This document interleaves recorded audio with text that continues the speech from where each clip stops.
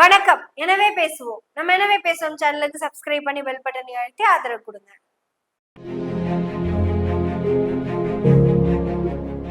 உலகத்திலேயே முதல் முறையாக 5 ஸ்டார் ஹோட்டல் கான்ஃபரன்ஸ் ஹாலில் இலவு ஆறுதல் கூட்டம் நடைபெற்று கொண்டிருக்கிறது. செத்தவங்க வீட்டுல இருக்கிற எல்லாரும் கிளம்பி போய் அவரை பார்க்க போயிருக்காங்க. பாடி எடுத்துட்டு போக முடியாதுங்கிற காரணத்தினால போட்டோ எடுத்துட்டு போயிருக்காங்க. இப்ப இவங்க கொண்டு போய் வச்சிருக்கிற அந்த போட்டோக்கு அவரு பூ போட்டு புஷ்பாஞ்சலி செய்வாரு. முதல் முறையாக போட்டோ பூவை தேடி வந்திருக்கிறது. அண்ணன் கிட்டத்தட்ட ஒரு மாணிக் பாஷா மாதிரி தாங்க.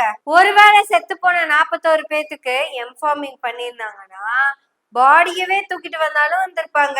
ஏன்னா அவரு அவ்வளவு புசியானவர்னா புசியானது இல்லைங்க, இவரு வேற பிஸியா இருப்பாரு. 25 நாளுக்கு மேலையா பிசி துக்கமா இருந்துட்டாரு. இப்ப அந்த துக்கத்தை எல்லாம் எடுத்து வச்சுட்டு அவர் ஆறுதல் படுத்தணும்னு முடிவு பண்ணிட்டாரு. இப்ப இந்த துக்கம் எல்லாம் முடிஞ்சதுக்கு அப்புறம் நான் இன்னொரு குழந்தை கூட பெத்துக்குவேன்னு சொன்ன அம்மா கிட்ட இன்டர்வியூ எடுக்க போறாங்கன்னு வச்சுக்கோங்களேன். அதுக்குத்தான் லைவ் சேனல் 40 ஓடிக்கிட்டு இருக்குல்ல முன்னாடியே. ஆனா எந்த சேனலும் கேட்டுக்கு உள்ள போயிட முடியாது, கேட்டுக்கு வெளியே மட்டும்தான். இப்ப அந்த அம்மா கிட்ட இன்டர்வியூ எடுக்க வராங்க. சும்மா யோசிச்சுக்கோங்க, நான் தான் அந்த அம்மா. என்ன பண்றது, ஆள் இல்ல, நானே தான் பண்ணி ஆகணும். இப்ப அந்த அம்மா இன்டர்வியூ கொடுத்தா எப்படி இருக்கும்னு பாருங்கோ.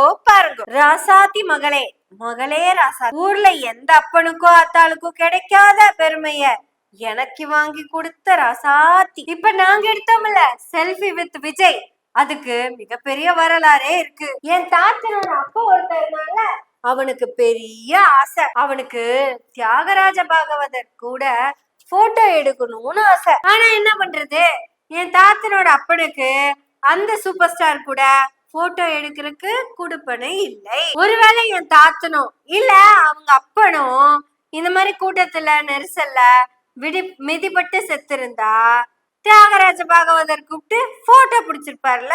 அதுதான் சொல்றேன், குடுப்பனை இல்ல. அடுத்து என் தாத்தா இருக்கான்ல, அவருக்கு எம்சிஆர் கூட போட்டோ பிடிக்கணும்னு அம்புட்டு ஆசை மட்டும் இருந்தா போதுமா? அதிர்ஷ்டம் வேணும்ல. கூட்ட நெரிசல்ல சிக்கி சாகறதுக்கான அதிர்ஷ்டம் வேணும்ல. அப்போ ஒருவேளை என் அப்பனோ இல்ல தாத்தனோட அப்பனோ செத்து போயிருந்தா he will get that surprise. ஆனா no chance, all are unlucky fellows. But my dear, I'm so lucky to have a daughter like you. அது கதை மறந்துட்டா. எங்க அப்பா ஒருத்தருக்கால அப்ப அந்த ஆளுக்கு சூப்பர் ஸ்டார் ரஜினிகாந்த் கூட போட்டோ பிடிக்கணும்னு ஆசை. பட் வாட் டு டூ, நானும் மிதிப்படல, என் தாத்தனும் மிதிப்படல. அந்தாலும் unlucky fellow, very very unlucky fellow. எனக்கு அப்பனா இருந்து என்ன பிரயோஜனம்? பெத்தா இப்படி ஒரு பிள்ளைய பெக்கணும்டா. இப்படி ஒரு பிள்ளைய பெத்தாதான் கொடுத்து வச்ச அதிர்ஷ்டசாலிடா. கூட்டத்துல அதுக்கெல்லாம் லக்கு வேணும்பா. கூடயே இருந்த ஒரு பையன் தள்ளி அந்த பக்கம் போயிட்டு இருக்கிறான். அவன் குடும்பம் இன்னைக்கு புலம்பிட்டு இருக்குது. என்ன பார்த்து ரொம்ப பொறாமப்படுறாங்கடா. I'm so lucky. கரூர்ல இருக்கிற கொங்கு பரோட்டா கடையில போய் பரோட்டா வாங்கி சாப்பிட்டது கிடையாது. இன்னைக்கு மகாபலிபுரத்துல 5 ஸ்டார் ஹோட்டல்ல வெல்கம் ட்ரிங்கே 3 வகையான ட்ரிங்க். நீங்க என்ன சொன்னீங்க, குடிக்க தண்ணி இல்லாம செத்தாங்கன்னு. இன்னைக்கு பாருங்க, வண்டிக்கு பின்னாடி லாரியா வருது. அங்க ஆம்னி பஸ்ஸுக்கு பின்னாடி தண்ணி லாரியா 3 லாரி வந்துட்டு. அங்க வெல்கம் ட்ரிங்க் முடிச்சதும் ஸ்நாக்ஸ் கொடுத்தாங்க. சான்ஸே இல்ல. ஐயோ, என் கதைய சொல்ல மறந்துட்டேன், அது சொல்லிடுறேன். ஐயோ, எனக்கும் ஆசைதான் இந்த கால சூப்பர் ஸ்டாரான விஜய் கூட சேர்ந்து. ஐயோ, சந்தோஷமா இருக்கே. அவரோட என்ன குப்பையான படமா இருந்தாலும், என்ன அட்டை பிளாப்பான படமா இருந்தாலும் குப்பையா பிளாப்பா போய் பார்த்துட்டு வந்துருவேன். எவ்வளவு சந்தோஷமா இருக்கு பாருங்க. எல்லாம் இந்த செல்ல குட்டி, உன்னால தாண்டி செல்ல குட்டி, நீ தாண்டி எனக்கு இப்படி ஒரு செல்ஃபி வாங்கி கொடுத்தவ. நீ என் வயித்துல பிறந்து என் முகத்துல பால வாத்தவளே நீ தாண்டி. அப்பனை கட்டினது கூட எனக்கு இப்படி சந்தோஷம் இல்லடி. தலைவரை கூட செலுப்பி, ஐயோ நினைச்சாலே அந்த குழு அறையில தலைவரை பார்த்த உடனே ஹாப்பி, இன்று முதல் ஹாப்பி, இப்படி தலைவர் பாட்டெல்லாம் ஞாபகத்து வந்துச்சு. அப்படி சந்தோஷமா இருந்தேன். எதனால?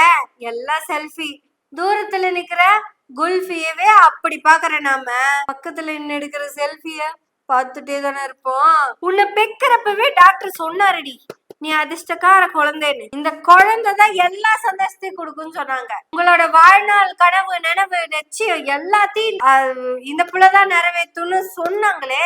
இது அன்னைக்கு புளிய மரத்துக்கு கீழே உட்கார்ந்து இருந்த கிளி ஜோசியன் தெளிவா சொன்னான். அப்பெல்லாம் நான் நம்பலதாங்க, நம்பவே இல்ல.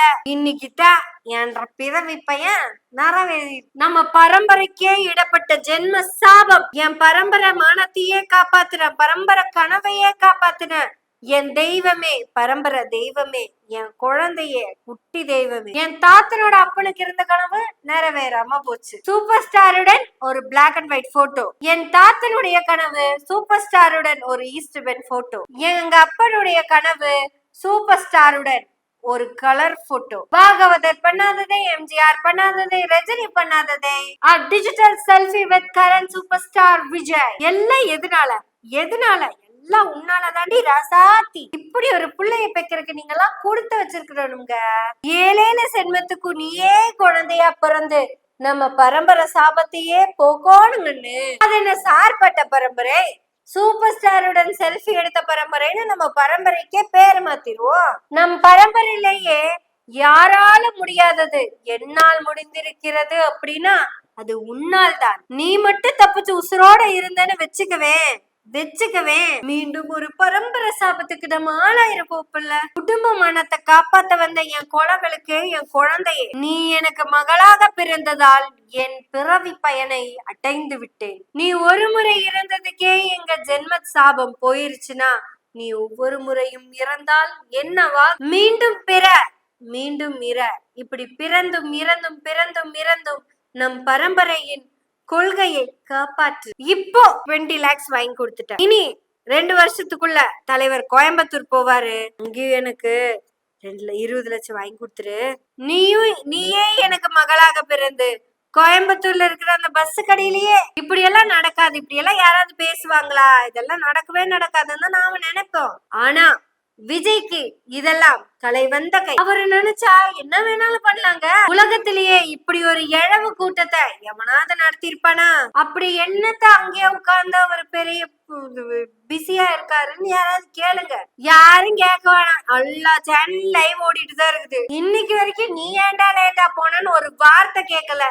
ஆனா நேரத்துல அந்த இடத்துல இருந்தவங்களை எல்லாம் இன்னைக்கு கேள்வியா கேட்டுக்கிட்டு இருக்கிறாங்க. அவங்கள பேசுறாங்க, இவங்கள பேசுறாங்க, எல்லாத்தையும் பேசுறாங்க.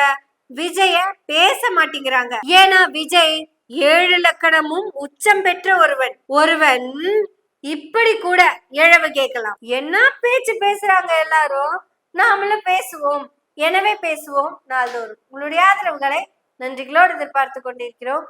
நன்றி, வணக்கம்.